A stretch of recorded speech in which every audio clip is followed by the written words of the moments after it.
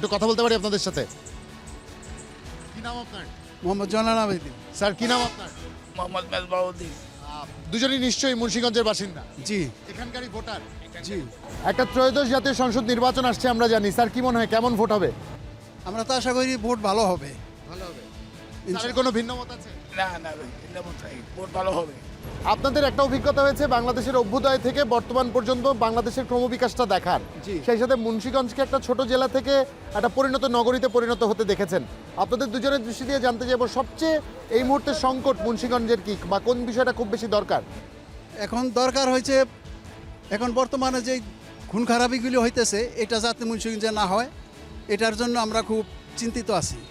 এটা যাতে না হয়, জায়গায় জায়গায় দেখা যাইতেছে, ফেসবুক খুললেই দেখা যায় যে বাটার হইতেছে, পিস্তল দিয়া গুলি করতেছে, এগুলি যাতে না হয়। স্যার আপনার কোনো? আর এটি যাতে আইন শৃঙ্খলা পরিস্থিতি যাতে উন্নত হয়, স্বাভাবিক থাকে, মানুষ যেন শান্তিপূর্ণভাবে ভোট কেন্দ্রে ভোট দিতে পারে, এটি আমরা কামনা করি। স্যার সেক্ষেত্রে একটা প্রশ্ন আছে, আপনারা দুজন আমাদের এই সমাজের অগ্রজ বা সিনিয়র সিটিজেন্স যদি বলি আমার ভুল হবে না। রাষ্ট্রের যতখানি দায়িত্ব আপনাদের নেওয়ার কথা ছিল, রাষ্ট্র কি আপনাদের ব্যাপারে সেই দায়িত্বগুলো এত বছরে নিতে পেরেছে? নিতে পারে নাই। কি করা যেতে পারে? এটা পরিবর্তন করা যেতে পারে, যেমন আমরা একদম ফ্রিডম ফাইটার এই হিসাবে আমরা অনেক কিছুই পাই নাই, এগুলি পরিবর্তন করা যেতে পারে, আমরা যাতে সম্মানটা, আমাদের পরিপূর্ণ সম্মানটুকু পাই, এটুকুই আমার প্রত্যাশা। সেক্ষেত্রে স্যার আপনি নিশ্চয়ই ফ্রিডম ফাইটার একজন, আপনার এই কোনো আক্ষেপ আছে কিনা রাষ্ট্র এই দায়িত্ব নিতে পেরেছে বা পারেনি? রাষ্ট্রের দায়িত্ব নিতে পারছে কি পারে নাই, অনেক কিছুই তারা পারে নাই, আবার অনেক কিছুই পারছে। তো সেই ক্ষেত্রে আমরা মুক্তিযোদ্ধারা আমাদের যতটুকু প্রাপ্য সম্মান রাষ্ট্রের কাছে আমরা যেন সেটা পাই, সেই কামনাই আমরা করি।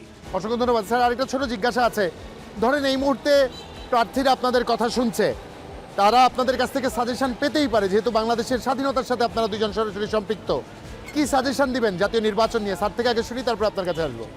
আর সাজেশন যাতে নির্বাচিত সরকার এই দেশের এবং এই 18 কোটি মানুষের উন্নয়ন যাতে করতে পারে। আমার 3 আসন মুন্সিগঞ্জ সদর, এই মুন্সিগঞ্জ যেই নির্বাচিত হবে সেই যেন এই মুন্সিগঞ্জ জনগণের উন্নতি করতে পারে, স্বাস্থ্য, শিক্ষা, তারপরে এইগুলি যাতে উন্নয়ন করতে পারে, সেই উন্নয়নের জন্যই আমরা মনোনীত ব্যক্তিকে যে করতে পারবে তাকেই আমরা নির্বাচিত করবো বলে আমি আশা করি। অসংখ্য ধন্যবাদ স্যার, আপনার কাছ থেকে শুনি একটু। আমরা চাচ্ছি এখন বর্তমান যেই পরিস্থিতি চলছে, এখন ইলেকশন সামনে আসতেছে, যে সুষ্ঠুভাবে ইলেকশনটা যেন হয়, সবার সহযোগিতা কামনা করছি। এখন যারা ইলেকশন করতে যাচ্ছেন, তাদের ইলেকশন নিয়ে দাঁড়াচ্ছেন, তারা যেন সুষ্ঠুভাবে ইলেকশন করে তাদের যেই প্রতিশ্রুতি এর জন্য পূর্ণ করতে পারেন, এটাই আমাদের প্রত্যাশা। স্যার অসংখ্য ধন্যবাদ আপনাদের দুজনকে, এটা আমার বিশাল প্রাপ্তি। আমার এই আয়োজনে আমি দুজন মুক্তিযোদ্ধাকে আমার সাথে পেয়েছি। ভালো থাকবেন আপনারা। আসসালামু আলাইকুম। কি সৌভাগ্য আমার, দুজন মুক্তিযোদ্ধাকে আমরা সাথে পেয়েছিলাম আমাদের এই মুন্সিগঞ্জের পর্বে যখন আমরা কথা বলছিলাম।